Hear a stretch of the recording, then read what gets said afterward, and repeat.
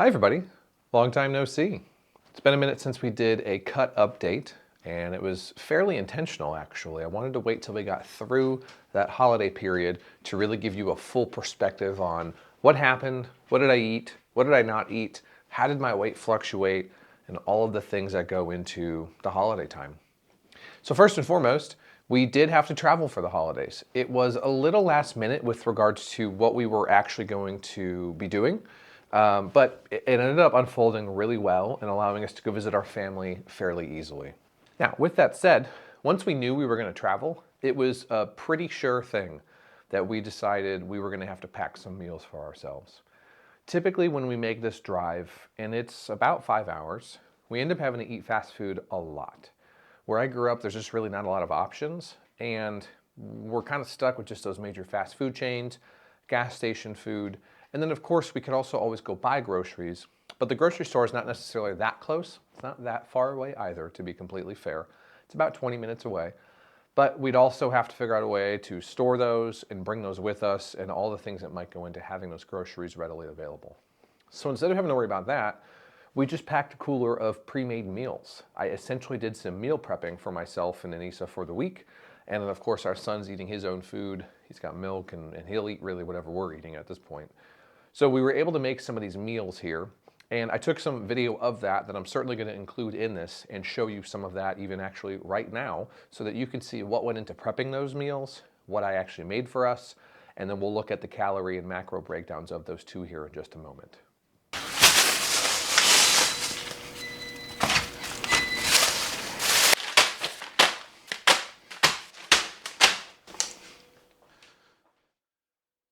Welcome back everybody. Another cut vlog for you. Not an update on the cut, but I wanted to do a vlog to go over some meal prepping. And you might be asking yourself, well, what are you meal prepping for? And I'm gonna tell you that it's the holidays and we've got some travel coming up. So really the options are either eat out a bunch, which is not gonna be sustainable. You know, I've talked about this before. It's gonna be a lot of calories in a very short amount of time. So you might eat 1,000 calories just for breakfast or lunch, and that's really gonna take up a huge chunk of the current amount of calories that I have allotted for the day. So instead, we're gonna be prepping a bunch of this food. I've got some awesome looking veggie mixes here, cauliflower rice mixes, etc. We're gonna prep all of this. We're gonna butterfly and cook some chicken, and we're going to cook some beef as well, some very lean beef, and prep it all into some containers. We're gonna take it with us as we go on this weekend here to visit family. It's gonna make it a lot more sustainable to actually hit our macro goals, stay within our calorie limits, but we are only human. We may make some mistakes. We'll see what happens on the next cut vlog update, but I'm not immune to the occasional piece of garlic bread or something like that, especially during the holidays, maybe a bourbon here or there. So we're gonna get right at it. We're gonna start by butterflying some chicken breasts. That's gonna make it so much easier for us to cook them in the oven. The oven is currently warming up to 360 right now. We're gonna be convection baking them. For those of you who don't know what that is, that essentially means that there's a big old fan on the top there or at the back, and it's moving the air about.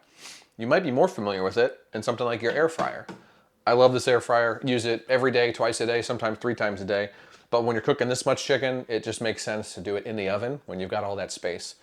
We're not gonna be cooking a ton, but we're gonna be cooking enough to last us essentially 3 days. That'll be enough to get us through what we need to, the travel, the time there and back. And then it'll give us probably a little bit of extra too, honestly. So let's get cracking right at it. We're gonna start with the chicken breasts so that can go in the oven and cook.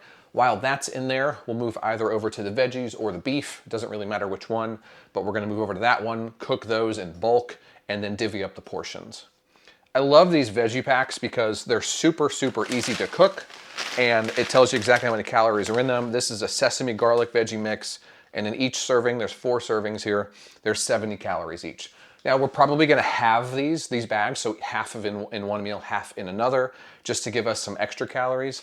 But the same thing goes for these riced veggie blends. This is an Asian stir fry one. There are 3 servings of 50 calories in this one. So again, probably gonna half each bag. I got a couple extras just to have them on hand here. We're not gonna use all of these for the weekend. But we're gonna cook this all up. We're gonna get them placed into some glass containers to bring with us. And then as we're on the road, it'll be either easy to, we'll probably have to eat at least one of them cold, which is fine. Chicken and then the veggies cold isn't the end of the world. But we'll also be able to warm them up once we get up there, once we're visiting our family, and we can have our own meal prepared and ready to go for us and not have to either completely blow all of our macros out of the water, mess up the diet entirely and get really off track for just a couple days, or have someone prepare something very special just for us while we're up there. There's a bunch of different ways to skin a cat. The way we're gonna do it though is make all this food at once, and we're gonna get started right now.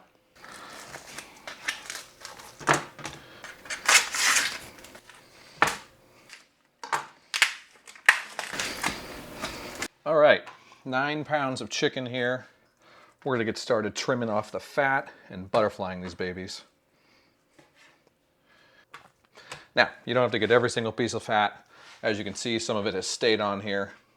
It's not the end of the world, but I don't like to leave a ton on there. It's not very good to eat, like from a taste perspective. And we're obviously trying to limit how much fat we get. But there you go, simple as that, butterflied chicken breast. I like to keep it together here in the middle, just so that I know that it'll stay connected when I throw it in the air fryer or the oven, whatever. It's easier to handle. Now, I've had bad luck buying chicken that is significantly discounted and priced as compared to perhaps something that's a couple dollars more a pound. This is the Tyson brand, which, you know, it is what it is.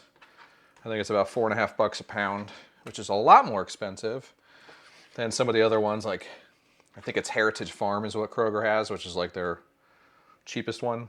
That stuff though is injected with a ton of essentially just salt brine. Now, I've done a lot of research on this. I can't really figure out, and I don't know honestly the answer to how much sodium is actually in that and how much worse off that stuff is for you. But what I can tell you is that just from a personal preference perspective, that chicken, it cooks weird. It's not very good. I don't know. There's something weird about it. And at times it's crunchy once you cook it. You cook it the exact same way, in the exact same environments, and it's crunchy, man. It's weird. I really try to avoid that. I feel like it's worth, the amount of chicken I eat, I feel like it's worth it to spend, gosh, almost twice the price per pound. But I'm trying to enjoy my meals here. And I'm thankful and lucky enough to not be struggling that much to have to save money there. Overall, when you're eating this healthy, I don't know, man, I think you could save a lot of money. I know there's people out there that live in food deserts that don't have access to food that's cheap and fresh. Again, thankfully we don't. We live in a major metropolitan, and those keeps us well fed and gives us a lot of options. Now, one of the things I would highly recommend you get if you're going to be processing this much food is a good knife. This is a Vitronics knife. I think that's how you say it. When I got into my first big boy apartment with my now wife, I think it was the first nice piece of cooking equipment that we actually bought. I was very set on having good, sharp knives that could last a really long time. And they're not very expensive. You don't need the most expensive knife on the market. I think a set of these, like 3 knives, was like $100. And this one's kind of dull right now. It needs to be sharpened. It's been a couple months since it was last sharpened. But you take good care of it. You don't throw it around in the sink. You know, I personally, I wash it and then I dry it immediately. It takes 5 seconds to do that. But as long as you take care of that stuff, it'll last, it'll stay sharp, and it's easy to maintain. They're not delicate, but as long as you don't clang them around too much, they'll make this process a lot easier and make cutting off some of this weird stuff a little easier. Now, I should have said this earlier, but the Tyson chicken breasts, you know, where the Heritage Farm ones are pushed with like, I think it's 12% salt brine mix. I think it's like 12% salt brine mix. The Tyson chicken breasts only have 2% or less. So there's really not a lot of fluff added to them. And I think the 2% is really just to keep it a little bit longer so it doesn't go bad. Okay, we've cut up all these chicken breasts, butterflied them out. They're nice and ready to go. Some of these are gonna go directly into the oven right now. The rest of them, now we're gonna get bagged up. And what I like to do is put them into sandwich baggies. So there you go. You get yourself a huge pack of sandwich baggies. And all you got to do is essentially throw these into a sandwich baggie and then get a giant Ziploc bag to throw in your freezer. And you can kind of restock the fridge with defrosted ones as you need them. I like to keep anywhere from 2 to 4 in there at a time, just depending on like whether or not my wife's going to be using chicken that week.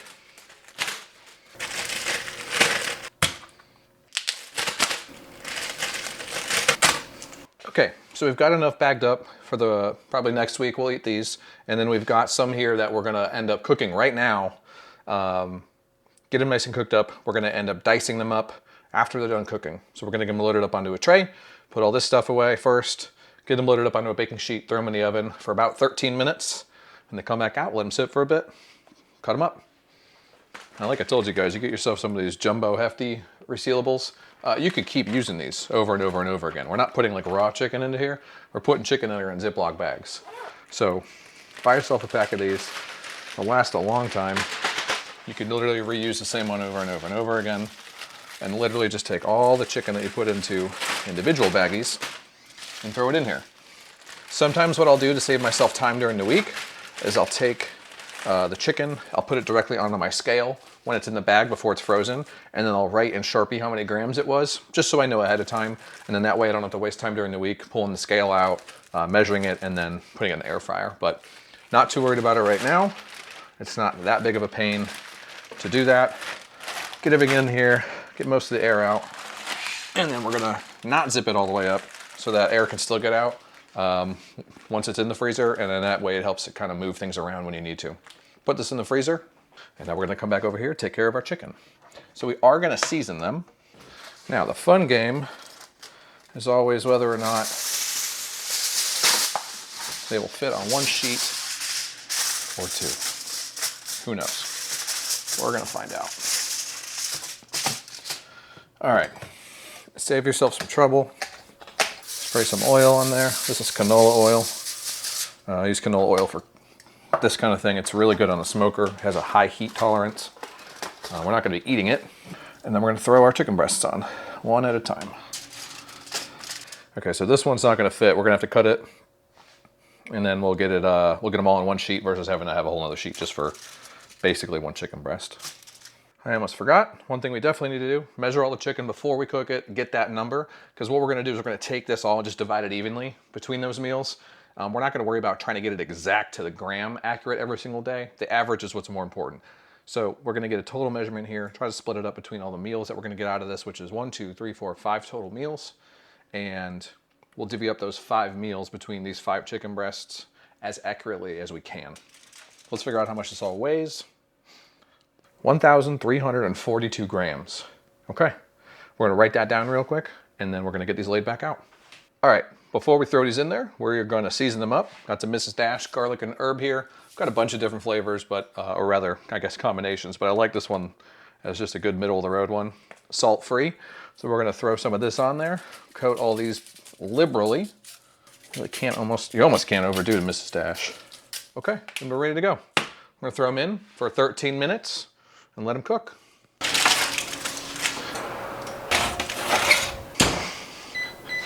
Okay, chicken's in the oven, and I know what you're thinking. 13 minutes at 360, that's not gonna be enough. Trust me. Cook it a little bit lower, with not as long of a time. It's gonna come out so juicy and moist, and we're gonna be cooking it to 155. Don't freak out. I know everyone says to cook it to 165, but I can tell you this, look it up. I'll try to throw a link down in the description. Cooking it to 155, you let it sit for 3 minutes, it will be safe to eat. It will be cooked all the way through. There won't be any bacteria in there that's gonna harm you. That 3 minutes is gonna kill off everything that could be inside that chicken. So we're gonna cook it to 155. It comes out perfect, and it reheats so much better than trying to get it all the way to 165 and then inevitably overshooting it. All right, we're gonna let that cook here, and then we're gonna start working on our beef next. All right, we're waiting for the pan to heat up here. We've got about 2 pounds of beef. This is as good of beef as it gets, farm grown, grass fed, blah, blah, blah. Our good friends had cows that they raised, and when they slaughtered them, we were able to buy some of their beef. It's the best beef I think I've ever had. It's very, very lean. It's probably at least 95% lean, if not even higher, maybe closer to 97% lean. And it's genuinely the best beef I've ever had. So We've got these sitting here in a container so it doesn't leak all over my stove. We're waiting for this pan to heat up. It's getting pretty darn close. We're gonna throw this beef in here, cook it all up with Mrs. Dash Southwest Chipotle. Big fan of this one. This one's really good. It's gonna give us a nice change up from the chicken. And we're gonna get to cooking this. It does not take long to cook this beef, especially once this pan gets warm. Let's see where we're at. Yeah, we're right there. That's perfect. Water's balling up for us. Let's get this thing moving. Good squirt of oil here, just to grease it all up. Really important with stainless steel.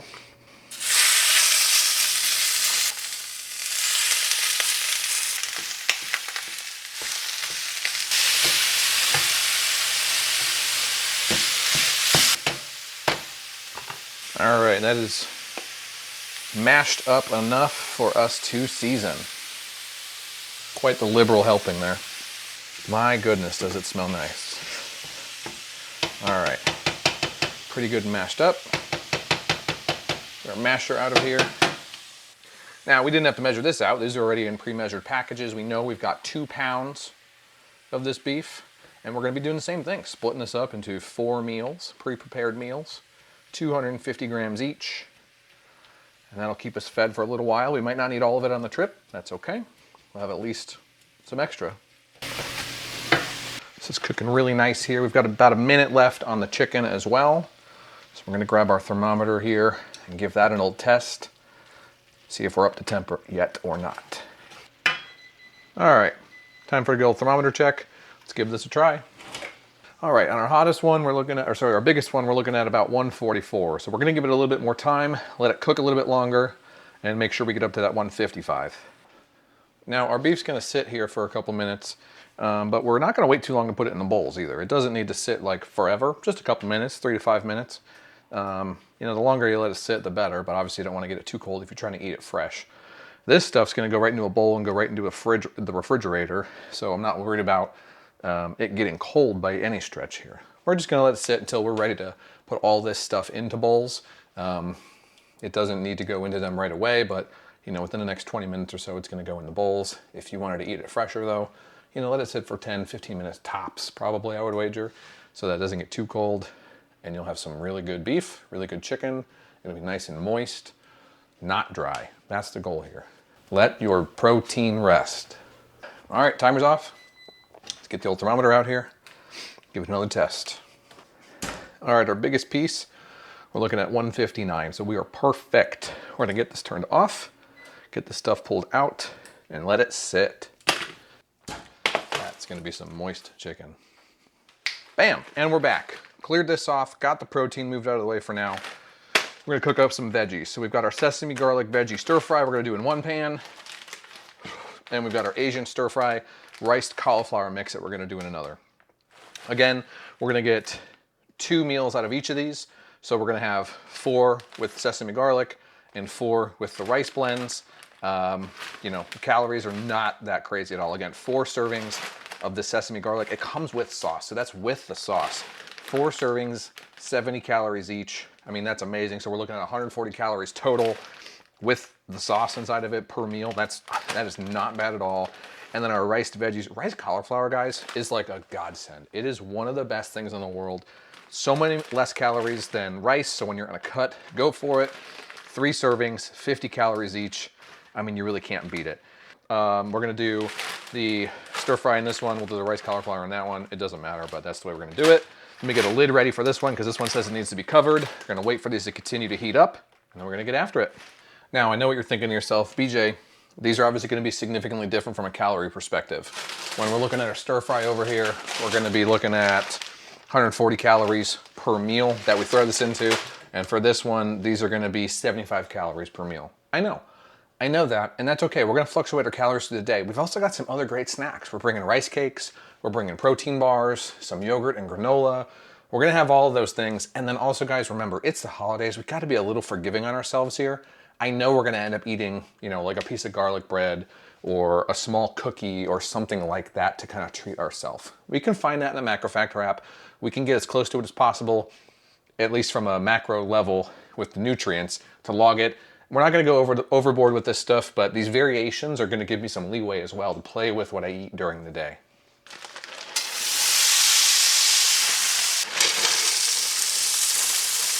Now these ones have these rice packet, or the sauce packets rather. You know, most of the calories are going to be coming from this sauce right now, that 150 calories, but it's going to taste pretty damn good. Cover it, and then keep this guy moving. The rice cauliflower I have found really cooks quickly. It does not take a lot of time. I think they suggested like 5 minutes, 7 minutes, and 8 to 10 on this one. So we're just going to set it at 8 total and let it cook. Both of these should be done here pretty quick.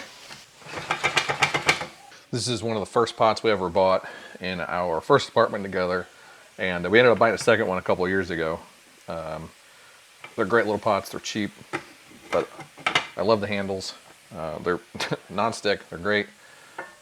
We of course have our big boy pots and pans and the all-clad stainless steel, but you know, every once in a while a little non-stick action can go a long way. This one's definitely taking a little bit longer here. It's got to melt those sauce blocks, but we'll get there. All right, now while these are cooking up, we're gonna go over to our chicken, start cutting into that stuff and dicing it up a little bit. Nothing too crazy here with these chicken breasts as far as dicing them up, just cutting them into strips, and then we'll just cut them into small little chunks. Nothing too nuts or complicated. They don't need to be crazy small. It's all gonna get eaten anyway. I know you're wondering why this cutting board is rocking so much. I have one of these oven mitts underneath it just so it doesn't slide around on our wooden countertops. They love to do that on the wood. Probably anything, honestly, but especially on the wood. They do not grip very well. There's no gripping feet on them. It's just a cheap little, whatever these are, polycarbonate, plastic, I don't know. The veggies have just finished, which is great timing. This is almost ready to be put into some bowls. All right, chicken all chopped up. We're gonna get some of this stuff out of here and then we can start plating it. Alrighty, time to start plating these bad boys up. So we're just gonna be trying to split this chicken as evenly as possible into these bowls. We're not gonna be doing any fancy measuring. We know we've got about 1,300 total grams of chicken, so we'll just end up dividing that over however many of these bowls we fill up, which is gonna be 5 for the chicken, 4 for the beef, and we'll be set, ready to go.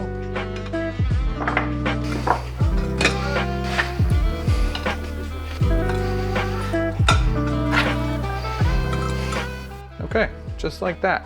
Pretty simple. They're all relatively even. They're gonna have a little bit more and a little less per bowl, but we've got them divvied up. We've got them divvied up nice and simple. That took all of 30 seconds, I think. So let's clear this guy out of here. Let's get the beef divvied up into 4 containers and then do the same thing with the beef and then bring our veggies over.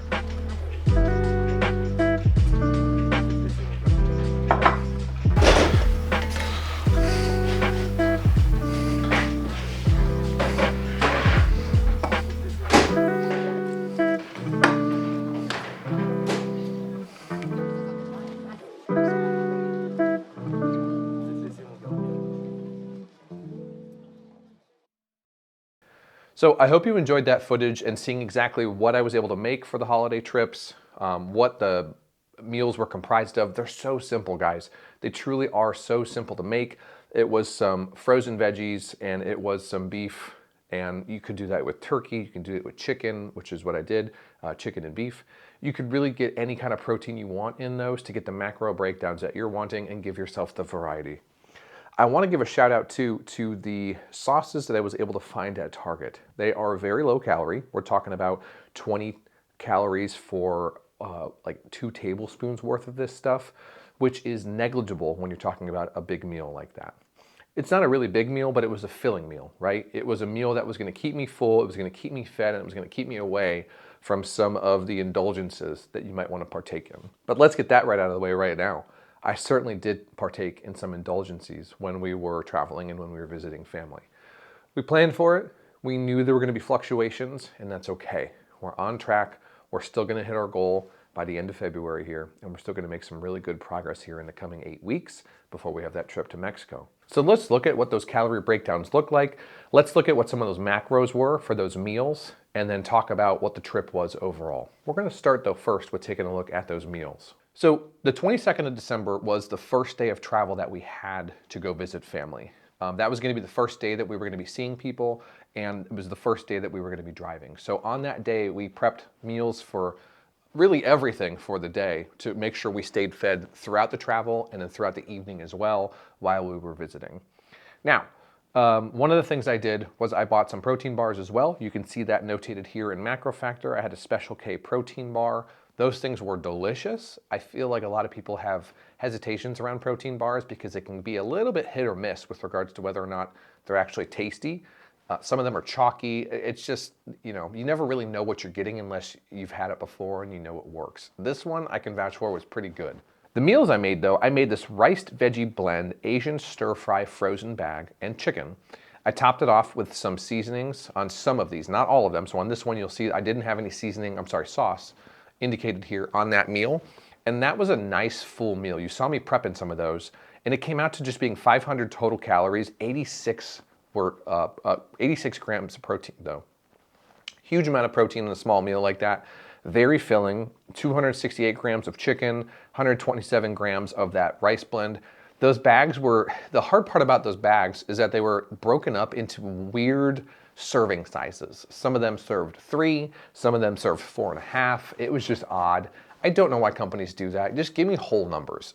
3 is fine, but stick to 4, 2, 5. Don't give me like 4.5. That's just an odd number. It makes kind of measuring out exactly how much is in that bag a little bit more difficult because you've got to make the serving size half of whatever is essentially in there if you're using one bag for 2 meals or a quarter if you're using it for 4 meals. So it just doesn't divvy up as easily as it possibly could. When we look down towards our second lunch, you'll see we had the stir-fry Asian veggies with the sauce, some ground beef, and some medium salsa. I gotta say, I was really impressed with these stir-fry veggies, and I've actually bought them again since. The fact that they come with sauce in the bag and it doesn't impact the calories that much is huge. Now, to be fair, the 70 calories here that were in 1 cup is probably mostly the sauce itself and not the veggies. But you know what? We've got to have some comforts and some deliciousness with these meals and not just be starving ourselves with plain, bland things all the time. Speaking of that, the beef and the chicken, as usual, I season that stuff with things like Mrs. Dash or any salt-free alternative. There's some stuff on Amazon as well that you can get. They're quite a bit more expensive, to be totally honest, though, and I don't feel like the cost is justified for what you're getting because when you compare it to Mrs. Dash is way cheaper, and you're really just getting a blend of different herbs and spices. Mrs. Dash offers a wide line of different flavors, I'll say, types of those seasonings, and so I get a good variety out of that stuff. All the chicken and all the beef for that weekend and beyond were seasoned with those, and that's normally what I'm using for my cuts. Now for dinner here, I know I just don't get too freaked out, okay? Don't get too freaked out by the numbers you're seeing. But for dinner here, I had some chicken with my riced veggies. I had a hard Mountain Dew Baja Blast, 2 of them, and I had 8 breadsticks from Olive Garden. Now, on my way up there, I told myself, they're gonna have Olive Garden. You're gonna want at least a couple of those breadsticks. I could have stopped myself. I could have had none of it. I could have tried to just withstand watching all of my family members consuming breadsticks copiously, but I decided to indulge myself a little bit. Did I go overboard on the calories? Definitely. Was it a crazy amount? Not really. Consider this. We were cutting, and our cutting amount that we needed for the day for our calories was 2,200 calories. That means there were approximately 500 calories under what our maintenance volume would be, which would be 2,700 calories. So on this day, we ate 3,300 calories, or approximately 600 calories in excess of maintenance. So does that mean we added a tremendous amount of weight? No. If you eat that amount of calories for a week, you're probably gonna gain about 1.5 to 2 pounds if that's over your maintenance every single day. In one evening, we're gonna gain a negligible amount of weight, and to be honest, it was probably almost certainly entirely water weight at that point. There's a lot of salt in those things. You're gonna pack on the weight fairly quickly, retaining that water, but you're gonna lose it just as quickly too. You're gonna see some of that notated here on the weight trends once we get through the holidays, and we're gonna get to that here in just a second. So that's what some of the meals looked like. We had those repeated for the next couple of days, and I did end up eating them again here on Saturday, but you're gonna see I didn't log any foods on Saturday. I knew that I wasn't gonna be able to track everything that I ate on Saturday. I had my meals planned, I had my breakfast planned, lunch planned, second lunch, and dinners, but I also knew that I was gonna consume a couple of bourbons and also have some turkey and some ham that my family members had prepared for the day. So I ate quite a bit of food on Saturday. I was, I'll say, moderate with the amount I could have eaten compared to what I did eat. But I did consume more than I needed, that's for sure. But it's the holidays. That's what we want to do. I didn't go overboard on desserts or sugary drinks or anything like that. In fact, honestly, on Saturday, I can't remember consuming any kind of sweets or desserts or anything of the sort. But I did go pretty heavy on the proteins, the meats, and the different veggies, and maybe even a little bit of mac and cheese that somebody had made too. So over the course of that weekend, as well as the following weekend, which was New Year's Eve weekend, we did quite a bit of eating that we didn't really track. There wasn't a way for us to track a lot of the things we had on the weekend that we spent with the family for Christmas, as well as the weekend for New Year's Eve. You're gonna see that right here on my nutrition overview. You'll see those blank days where we just didn't track anything, and you're also gonna see those days where we went way overboard. You'll see the really tall blue bar here. That's the day that we had 8 breadsticks. We had quite a bit of breadsticks that day. But this all evens out. It's all gonna be okay, and that's what we have to remind ourselves in these moments, is that one day is not a trend, and it's not gonna trend our weight up greatly. But you're gonna see, by and large, overall, outside of those days, we did a pretty good job staying in the boundaries. Last week after that, after Christmas that is, we did a really good job staying near our goal, our caloric goal. And then yesterday we were actually quite a bit under our caloric goal. We only ate about 2,000 total calories. By the end of the day, I don't know, I wasn't that hungry. I didn't need that extra 200 calories. I feel like normally I'd be starving for that, but I was feeling pretty good after the meals that I had consumed yesterday. So not displeased at all with the outcome of how those meals went. The planning of those meals was very crucial to sticking to some kind of plan as best as possible, at the very least getting our protein needs. And if we can eat those meals, my thought was that we'll be a little bit more full and we'll eat less of the food that's gonna be so tempting and so delicious and so sweet. So we're gonna be able to stay on track, or at least closer to on track, all the better. Now let's take a look at the weights. My weights were, predictably, a little bit higher than average. And you can see we had some blips, right? We've been doing pretty good about coming down here. You can see that trend since the beginning of December, and we're only looking at a month right now. But you can see since the beginning of December, it's been a nice, steady state decline all the way down. And then you can see right there, December 24th, we had a pretty big blip up. We had a pretty big blip up. Now, I wasn't able to weigh myself when we were traveling, but when we got back on Christmas Day, I was able to add in a weight there. And we came in at like 224.5 or something like that. But you'll see that like within a day, I was right back down to like 216. Again, most of the food we were eating was water weight at that point in time. Or rather, most of the food we were eating was resulting in us retaining more water, which was going to increase our overall weight, but we were going to be able to quickly shed that. We literally shed that in just looks like 1 to 2 days. We were well below the 224, back down to that like 216, 217 mark. Now, that's not necessarily exactly what we weighed. That's just a big fluctuation, and we're going to level back out, which we have here. And you can see this morning we're sitting at about 220, 221. I'm feeling pretty good about that. The weight has gone back down even within the last 2 days or so, getting through that New Year's weekend and getting back into the routine and the swing of things. So we're getting right back on track. I'm confident that even by the end of this week, we could be sitting comfortably at 219, maybe even 218 again, and getting us right back on track to hitting our goal by the end of February. So let's talk about that goal. I've been asked a couple of times, what is the goal exactly? It's not necessarily a number. There's a number in my head that sounds great, but I don't know that that's the number we're actually going to hit. I do think, though, that it's realistic to hit this number, and that number is 205 pounds. Am I going to be able to get that low? Is my body fat going to be able to get that low and sustain me and not feel just absolutely miserable? I'm not sure, honestly, because I also don't really know what my body fat percentage is right now. But according to Macro Factor, my target weight, which I've inputted as 205, has an estimated ETA of March 4th. Now, that's a little bit after the start of that trip. But again, I don't know that I'm going to hit that, and there's going to be some fluctuation in that. I think we can speed it up just a little bit to hit that number, but I'm not certain that I'm actually going to be able to hit 205. I may only hit 210. That might be what's sustainable for my body right now. I did do a body fat measurement the other day, and my scale does one every day for us. And we're sitting, according to the scale, around 15 to 16% depending on the day. It's trending back down now that the holidays have kind of leveled back out and we're not retaining massive amounts of water. But those scales aren't very accurate. Those scales measure based on an electrical current that they send through your whole body and essentially measure how long it takes to return to the other side of your body through your other foot. It's an okay measurement. It's a good way to get a somewhat average reading of how your body fat percentage is trending down, but it's not necessarily certain that your body fat percentage is at 16%. If anything, I would wager that it's actually a bit lower than that at this point. So because of that, and because I know how unreliable those scales can be, I actually tried doing one of the caliper tests on myself. I haven't done one in a little while here, and I did a 3-point caliper measurement test. It's a very simple thing. You just need a tape measure and a caliper, and you can buy a kit on Amazon that actually makes it very simple to do.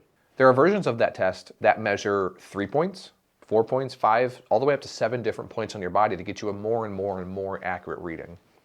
Now, I did the 3-point because it was the only one I could do on my own. My wife or one of my friends wasn't around to help me with some of the measurements because you need things like the back of your arm or your back or your lat, and I can't reach that and read it at the same time and hold everything that I need to because you got to pinch. Can't do all of that with just one hand really that I can get back there. So I did the 3-point test, and when I did it, I ended up doing it twice, completely over, and it came out as I was at like 6% body fat, and that's certainly not correct. I am absolutely not at 6% body fat. In fact, I would be even more impressed with myself if I was, but I'm not. And I'm not gonna set myself up for that kind of disappointment. That's just gonna lead to failure, and I'm not gonna fail this cut. Everything is trending in the right direction though. The best thing I can do at this point though is have Anissa or one of my friends help me with that 7.7 site test to get the body fat caliper percentage rating, and then average that with what my scale is showing me. I believe that if I combine those two numbers, I'm gonna have a much more accurate number, and I would wager that it's gonna be somewhere around that like 12%-ish body fat. I don't know for certain, we'll see. I hope to be able to provide that to you all in the next cut update video. I apologize that it's been a couple weeks since the last one, but again, I wanted to get through the holiday season to kind of show the whole picture of what it looked like and not just present a half-baked idea. Thanks again so much for tuning in. I hope this information was helpful for you and gives you some kind of motivation that, hey, you can do this too. You don't have to just starve yourself, not enjoy things, whatever it is that you're struggling with. If you have questions, leave them down in the comments. I'd love to hear those. I'd love to answer those and interact with you all. And if you have comments, suggestions, feedback, or just want to hear more about a specific thing, let me know down there too. Thanks everyone. I'll see you soon.